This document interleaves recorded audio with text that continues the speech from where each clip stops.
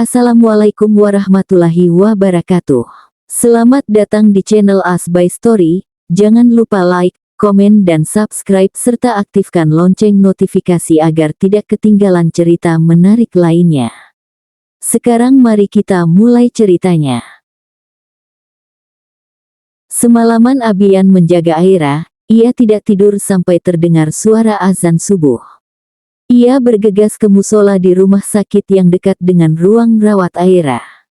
Langit pagi masih redup saat sinar tipis mentari mulai merayap masuk lewat celah tirai rumah sakit.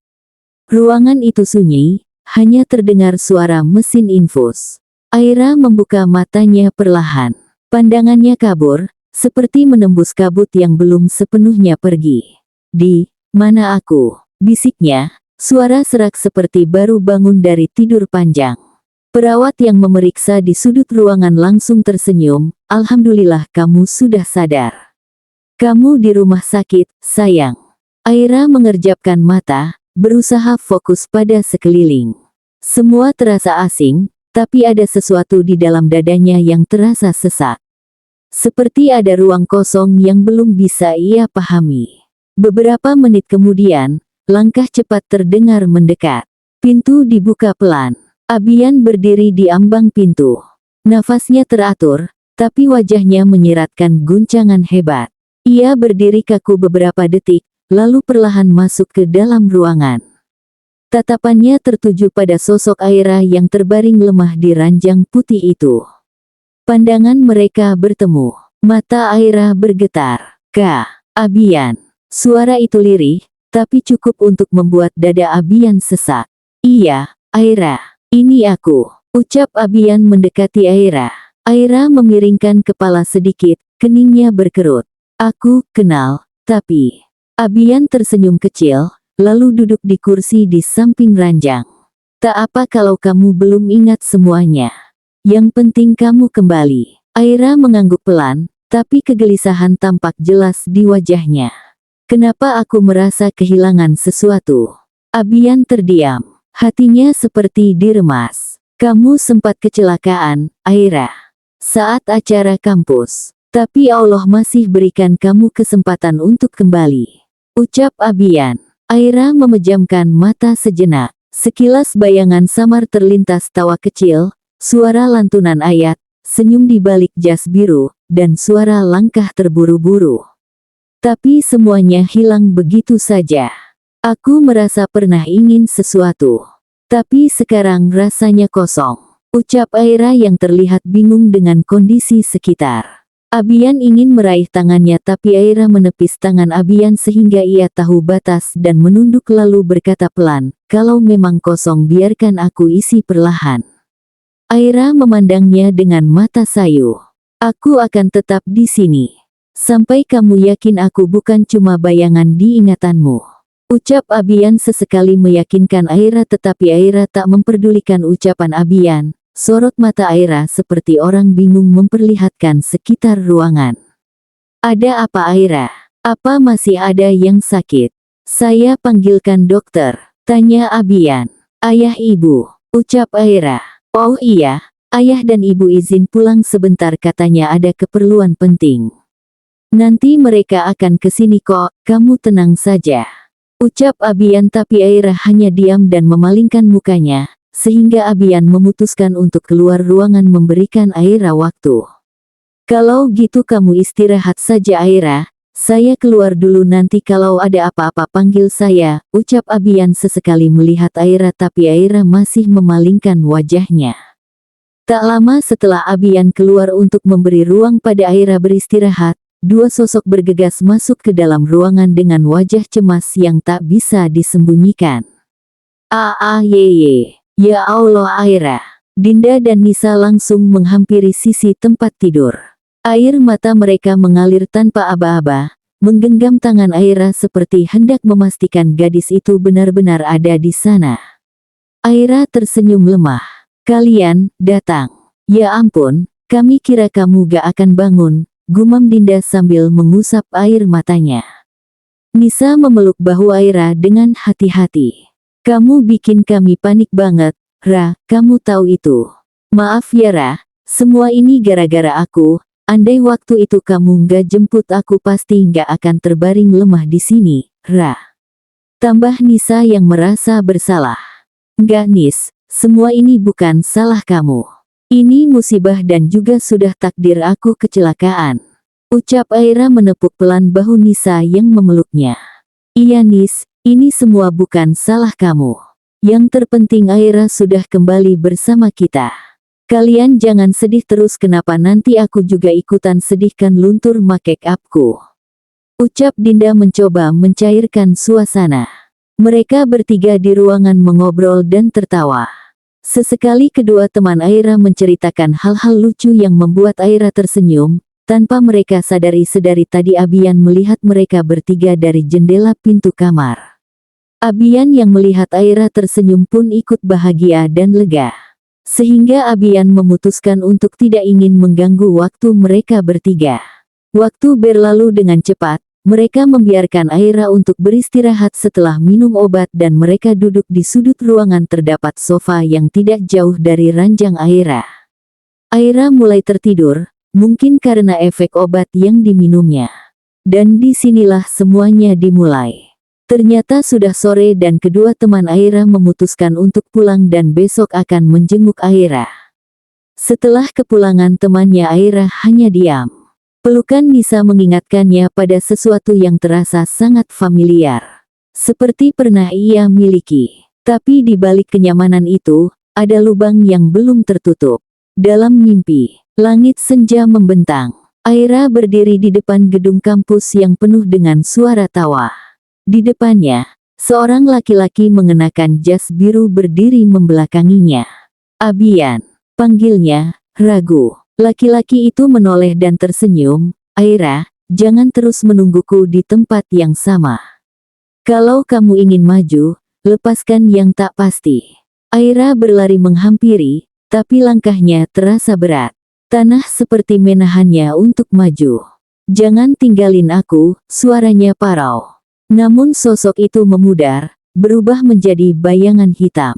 Lalu suara itu datang lantunan ayat Al-Quran, suara yang pernah membuat hatinya tenang, kini menggaung seperti gema dari masa lalu. Aira terbangun dengan peluh di dahi dan dada sesak. Nisa yang masih terjaga di sudut ruangan mendekat, kamu mimpi buruk, Ra. Aira mengangguk perlahan. Tapi, aku dengar suara. Suara yang pernah membuatku tenang.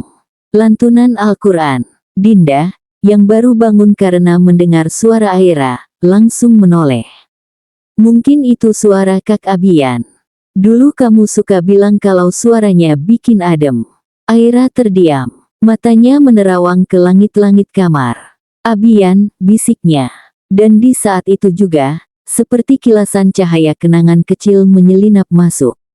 Sebuah sore, sepasang sepatu jatuh, tumpukan map berserakan, dan tangan yang dengan tenang membantu mengumpulkannya. Senyum, tatapan mata, lalu, doa yang ia dengar diam-diam saat si lelaki itu tak sadar sedang diperhatikan. Hatinya menghangat, tapi juga takut. Aku kenapa bisa lupa semua ini? Bisiknya pelan, nyaris tak terdengar. Nisa dan Dinda saling berpandangan, mencoba menyembunyikan gejolak emosi mereka. Sementara itu, di luar ruangan Abian duduk menatap kosong ke arah lampu lorong rumah sakit. Tangannya menggenggam tas kecil berisi mushaf, hadiah yang dulu sempat ia simpan, hadiah yang tak pernah sempat ia berikan. Ia tahu, semuanya belum berakhir. Tapi juga belum benar-benar dimulai. Beberapa hari kemudian, setelah kejadian itu Abian tidak pernah menemui Aira secara langsung. Ia hanya datang ke rumah sakit lalu melihat Aira dari jendela pintu masuk. Aira bersama kedua orang tuanya, ia hanya ingin memastikan kondisi Aira semakin membaik perlahan. Saat mentari pagi merayap lembut di balik tirai kamar rumah sakit, embun tipis menempel di kaca jendela, seolah ikut menahan napas akan detik-detik yang terasa berbeda hari ini. Aira duduk di ranjangnya, bersandar lemah. Kedua matanya menatap keluar jendela kamarnya, mengamati pepohonan yang bergoyang kecil. Warna-warna dunia mulai kembali padanya, tapi ada kabut yang belum juga pergi dari dadanya. Tiba-tiba, pintu diketuk pelan. Tak menunggu jawaban, suara itu langsung menyapa. "Assalamualaikum." Aira tahu suara itu terasa tak asing di telinganya. Bahkan terlalu familiar hingga membuat detak jantungnya bergetar. Ia menoleh perlahan, dan di ambang pintu, Abian berdiri dengan senyum kaku. Tangannya menggenggam mushaf kecil dan kantung kertas berisi sesuatu. Abian memberanikan diri masuk ke ruangan Aira setelah beberapa hari ia hanya melihat dari jendela pintu. "Waalaikumsalam," suara Aira lirih, nyaris tenggelam dalam gemetar napasnya. Abian masuk perlahan, mendekat, tapi tetap menjaga jarak. Matanya mengamati gadis di hadapannya dengan raut sulit dijelaskan. "Kamu udah jauh lebih baik," ucapnya, menatap mata Aira yang kini terlihat sedikit bersinar. Aira mengangguk, tapi cepat menunduk. "Iya, sedikit lebih baik," jawabnya pelan. Keheningan menyelimuti keduanya. Hanya suara detak jam dinding dan desir AC yang terdengar. Aira menggenggam selimutnya.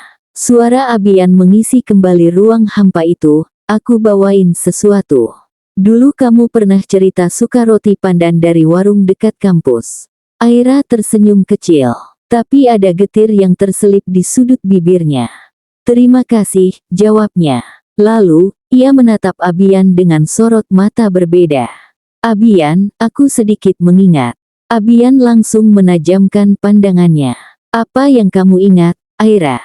"Aku ingat, aku pernah bilang kamu mirip tokoh fiksi di buku yang aku suka.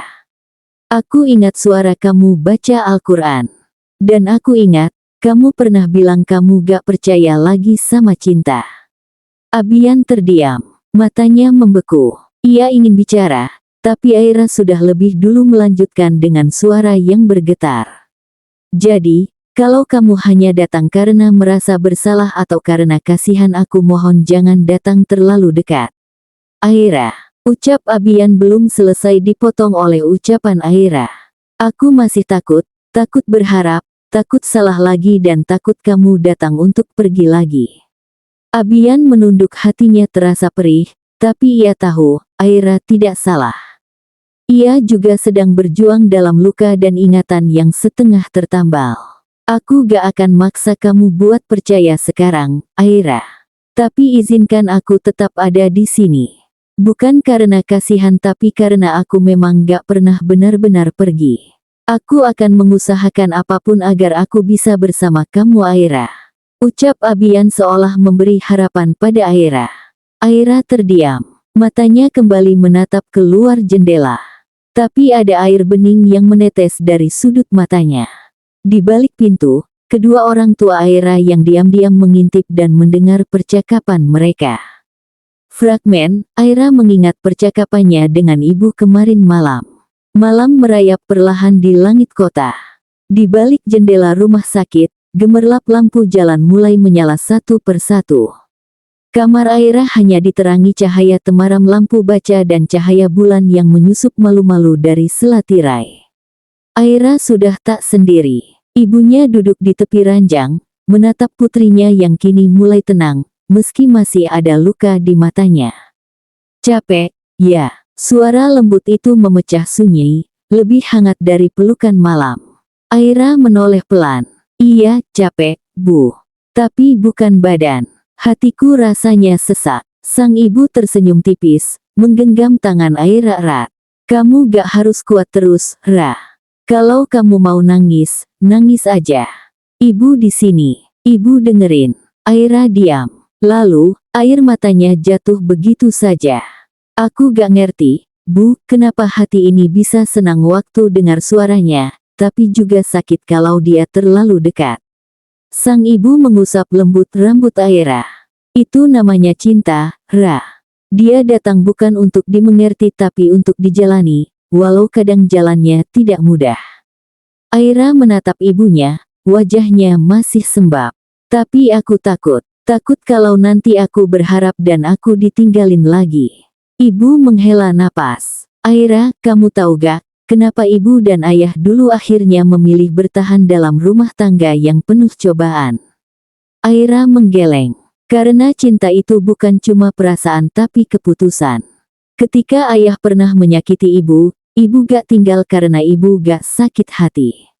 Ibu tetap tinggal karena ibu memilih untuk mencintai setiap hari. Meski kadang luka itu masih terasa. Aira terdiam. Ada sesuatu yang mengetuk hatinya. Ia tahu, kalimat ibunya bukan dongeng pengantar tidur.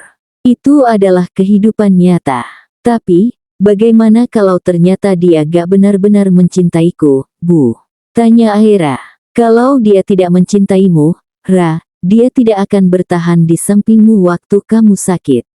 Tidak akan membaca doa dan Al-Quran setiap malam di kursi itu. Ucap ibu Aira menggenggam tangan putrinya. Aira menoleh kursi kecil di samping tempat tidurnya. Kursi yang tampak biasa tapi sekarang terasa penuh makna. Jadi, aku harus apa, Bu? Tanya Aira dengan wajah kebingungan. Sang ibu tersenyum, memeluknya perlahan. Kamu tidak harus apa-apa, Aira. Sembuhlah dulu. Biarkan hatimu pulih, biarkan jiwamu berdamai. Kalau setelah itu kamu masih ingin pergi maka pergilah dengan tenang. Tapi kalau ternyata hatimu menolak pergi, maka mungkin itu jawabannya. Aira mengangguk dalam diam. Di pelukan ibunya, ia merasa tak perlu berpura-pura kuat. Ia hanya perlu menjadi Aira yang sedang belajar, menerima luka, menata cinta, dan memahami bahwa ketakutan pun adalah bagian dari proses mencintai. Dan malam itu, untuk pertama kalinya, Aira tidur dengan tenang. Pagi datang dengan cahaya yang lembut menembus kaca jendela kamar rumah sakit. Udara tak lagi pengap seperti kemarin-kemarin. Seolah alam pun tahu bahwa hati yang sempat luka kini mulai belajar bernapas kembali. Aira duduk bersandar di tempat tidurnya. Matanya masih terlihat lelah, tapi ada rona baru di pipinya. Tak sepucat hari-hari sebelumnya. Di meja kecil di sebelah tempat tidurnya, secangkir susu hangat sudah setengah habis. Pintu kamar diketuk pelan. Ia menoleh. Assalamualaikum. Suara itu masuk bersamaan dengan langkah kaki yang sudah dikenalnya. Abian berdiri di ambang pintu, mengenakan jaket biru tuanya yang selalu tampak terlalu sopan untuk seorang mahasiswa. Wajahnya menegang, tapi tatapannya penuh kehati-hatian. Seperti seseorang yang takut menyentuh luka yang belum kering. Waalaikumsalam, jawab Aira, lirih tapi jelas. Itu jawaban pertama yang keluar langsung untuk Abian setelah sekian lama. Tidak tertulis, tidak melalui perantara, bukan juga melalui keheningan yang memekakkan. Sejenak, ruang itu senyap. Boleh duduk, tanya Abian, menunjuk kursi di samping tempat tidur. Aira mengangguk pelan. Ia sendiri terkejut bisa membuka mulut. Tapi entah bagaimana, pagi ini hatinya tidak seberat biasanya. Mungkin karena semalam ia sudah membebaskan sedikit rasa yang selama ini hanya ia pendam sendirian. Aku dengar dari dokter, kamu udah mulai stabil, kata Abian membuka pembicaraan. Iya, jawab Aira pelan. Ia menatap lurus ke depan, tak langsung menatap mata Abian. Dokter bilang hari ini aku udah boleh pulang. Alhamdulillah, suara Abian terdengar lega. Hening sebentar. Aira menarik napas dalam, lalu menoleh perlahan ke arah laki-laki itu. Abian. Abian langsung menatapnya. Ada keterkejutan kecil di sorot matanya. Iya, aku gak tahu harus mulai dari mana. Tapi aku tahu kita gak bisa terus seperti ini. Aku terlalu banyak menghindar, terlalu banyak diam. Tapi diamku bukan berarti aku benci. Abian terdiam, wajahnya tegang. Aku cuma takut berharap, takut kecewa, takut, aku bukan orang yang pantas ada di cerita kamu. Ucap Aira.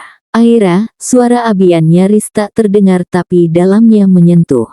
Aku belum siap untuk mengulang rasa, tapi aku juga gak mau terus dihantui rasa bersalah. Kalau kamu gak bisa menungguku atau ingin menjauh, aku bisa terima. Ucap Aira sedikit memberanikan diri. Abian menggeleng cepat. Aku gak akan kemana-mana. Aira menunduk. Ada sejumput kelegaan, tapi juga getir yang belum sepenuhnya larut. Aku belum siap mencintai lagi, Bi. Tapi aku ingin berdamai dengan semua ini. Dengan kamu, dan dengan perasaanku sendiri. Ucap Aira. Abian mengangguk perlahan. Itu lebih dari cukup, Aira. Dan pagi itu, dua jiwa yang dulu saling menjauh karena luka, akhirnya bisa duduk berdampingan. Bukan sebagai dua orang yang sepakat untuk saling memiliki, tapi sebagai dua orang yang akhirnya bisa berdamai dengan keheningan yang selama ini menggantung di antara mereka. Beberapa jam kemudian, dokter mempersilakan Aira untuk pulang. Tangis bahagia pecah di pelukan sang ibu dan ayah yang tak henti mengucap syukur.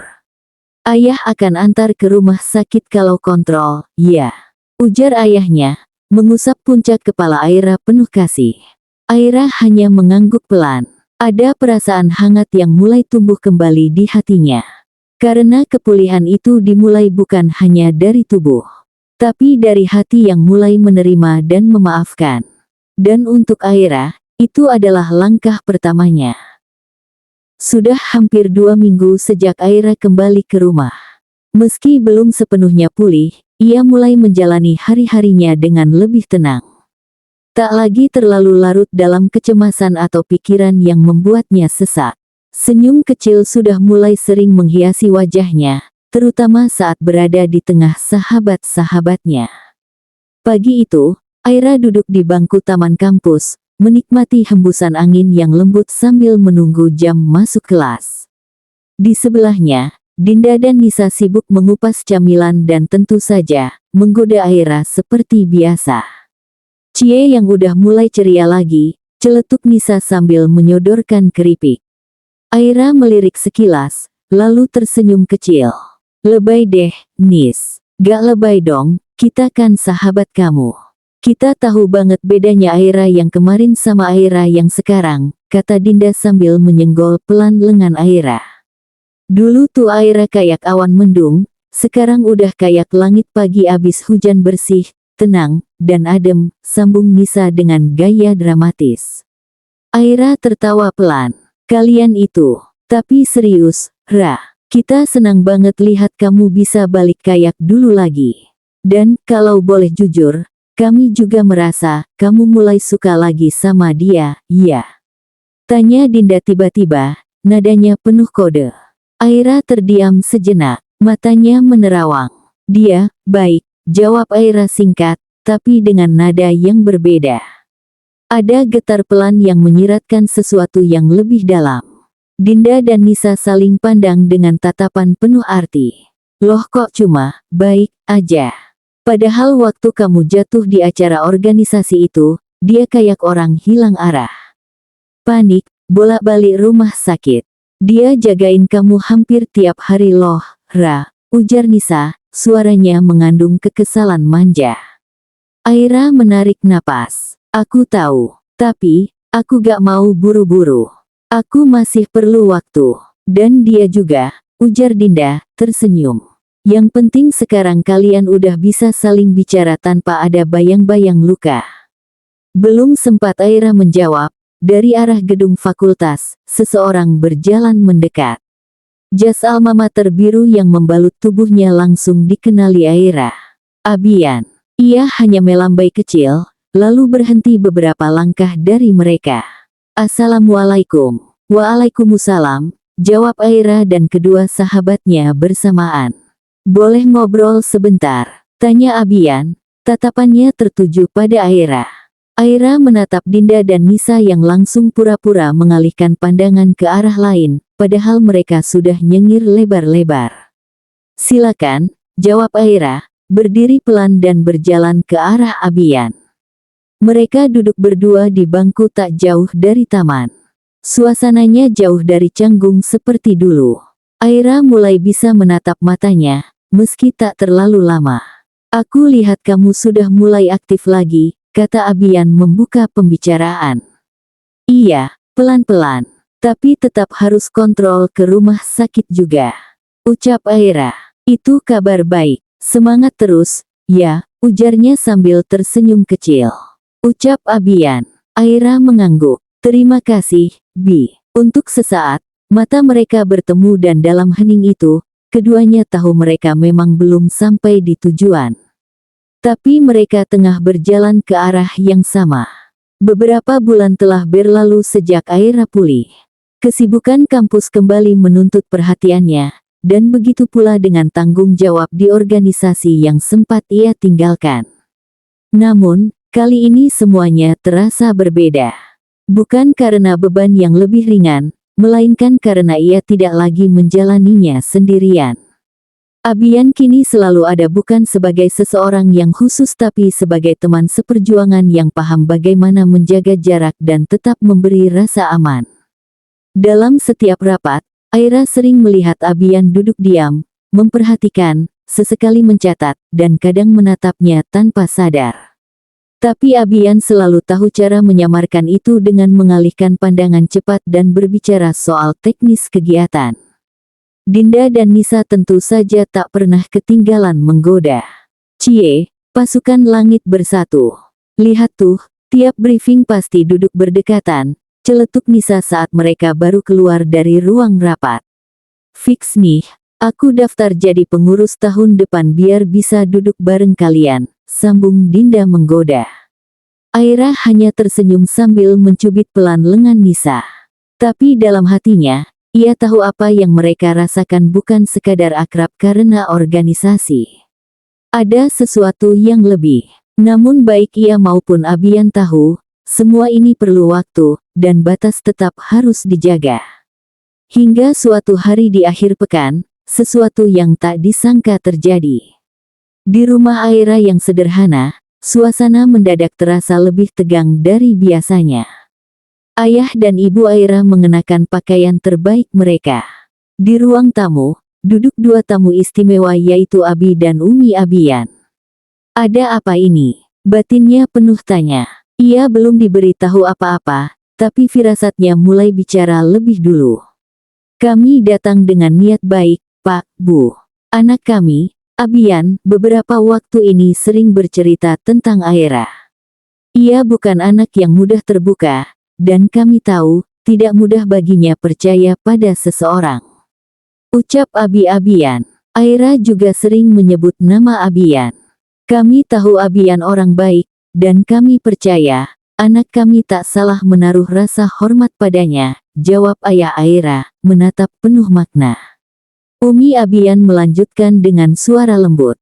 Kami tahu mereka belum mengikat janji, tapi jika Aira juga merasa nyaman, izinkan kami melamar Aira untuk Abian. Hening sesaat, ibu Aira menoleh ke dalam, mencari bayangan putrinya. Di balik dinding, Aira menunduk, gemetar. Hatinya campur aduk. Ia tidak menyangka semuanya akan sampai sejauh ini. Tapi satu hal yang ia sadari perlahan, dunia yang dulu sempat gelap kini mulai terang kembali. Dan sosok yang berdiri bersamanya di setiap langkah, adalah dia Abian. Hujan turun pelan sore itu, membasahi dedaunan dan genting rumah Aira. Di balik jendela kamarnya, Aira duduk memeluk lutut. Pandangannya kosong menatap rintik yang berlomba menuruni kaca. Tapi pikirannya jauh lebih gaduh daripada cuaca di luar. Lamaran itu datang terlalu cepat, terlalu mengejutkan. Ia tidak menyangka, secepat itu Abi dan Umi Abian menyampaikan niat serius mereka. Ia bahkan belum sempat benar-benar menata ulang hatinya, belum selesai berdamai dengan masa lalunya yang luka, belum cukup yakin apakah Abian akan tetap tinggal bila ia tak sempurna. Aira membenamkan wajah ke lututnya, air mata yang hangat mulai jatuh diam-diam. Ya Allah, ini keputusan besar. Tapi aku masih takut. Aku takut kecewa lagi. Aku takut menyakiti dan disakiti.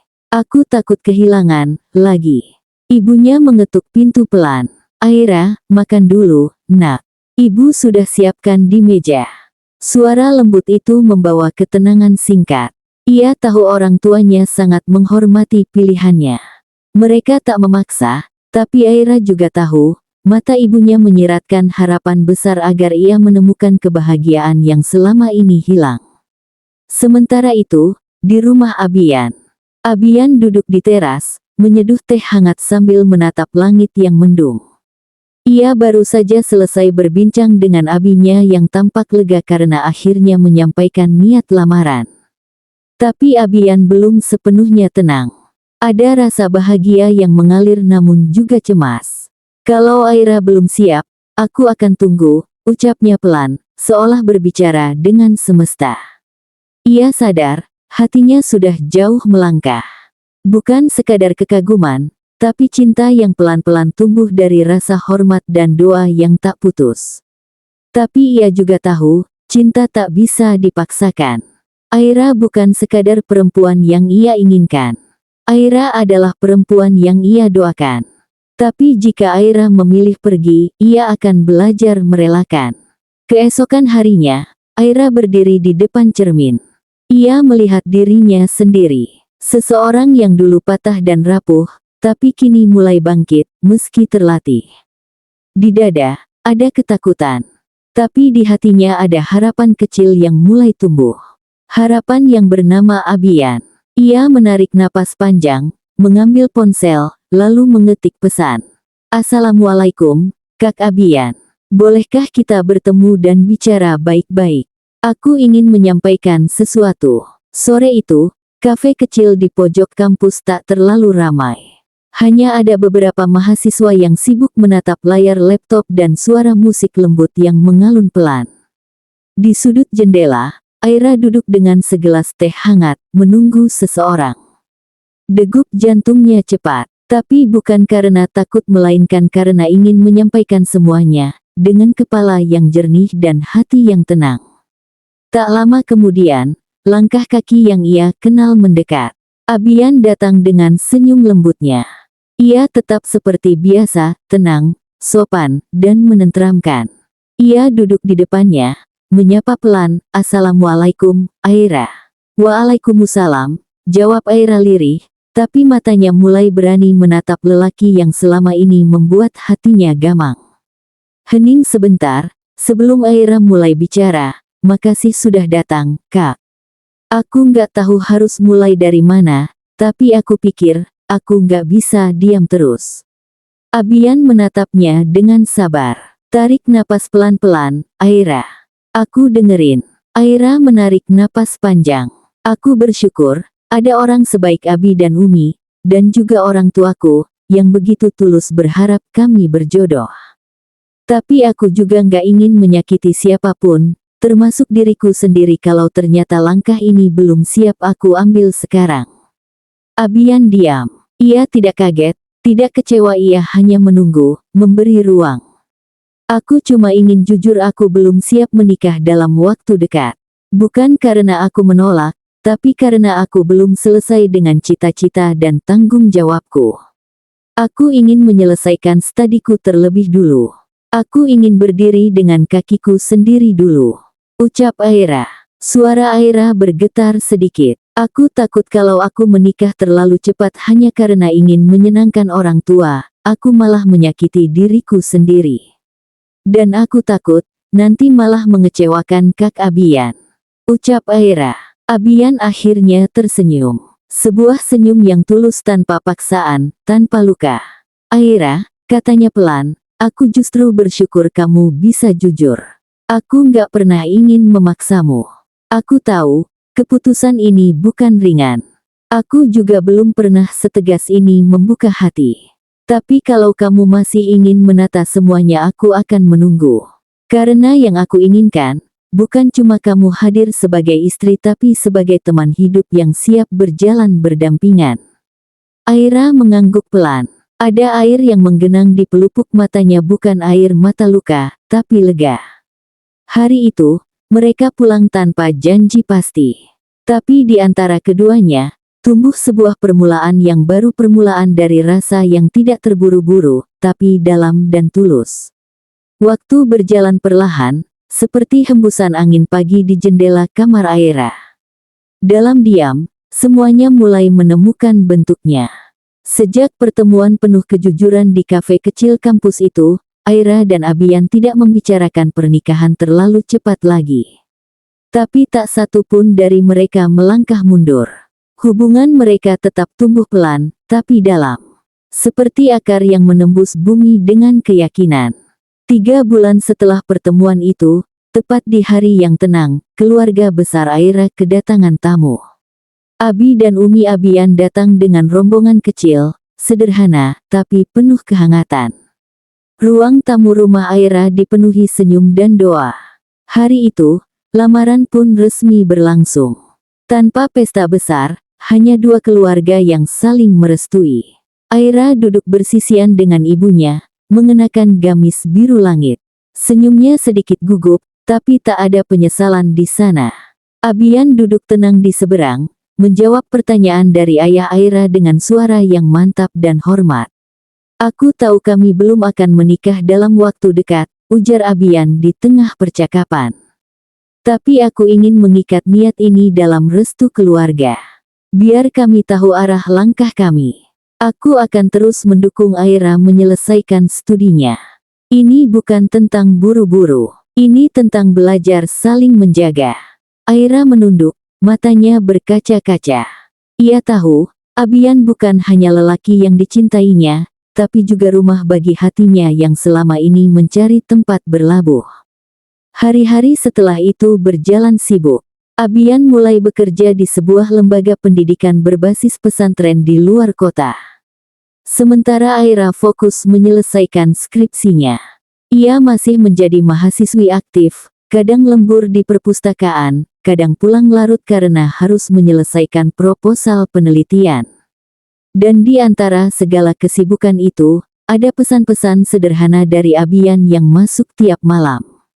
Jangan lupa makan ya, pejuang skripsi. Kalau lelah, jangan paksa diri.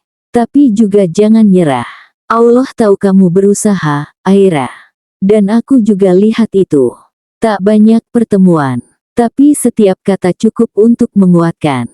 Kedua sahabat Aira sering menggoda di tengah organisasi. Wih, calon istri Ustadz makin rajin ke kampus nih, celetuk Nisa dengan senyum nakalnya. Aira hanya menanggapi dengan senyum malu-malu. Tapi dalam hatinya, ia bersyukur. Cinta ini tidak terburu-buru, tapi justru itulah yang membuatnya makin kuat.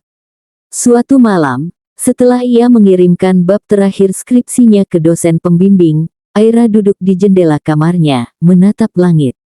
Ia ingat bagaimana dulu ia patah hati karena Abian. Tapi kini, pria itu adalah alasan ia bisa sembuh. Bukan karena Abian menyelamatkannya, tapi karena Abian membiarkan Aira menyelamatkan dirinya sendiri, pelan-pelan, dengan dukungan tanpa paksaan. Dan kini, tak lama lagi, ia akan menapaki dunia baru. Bukan hanya sebagai lulusan S1, tapi sebagai seorang istri.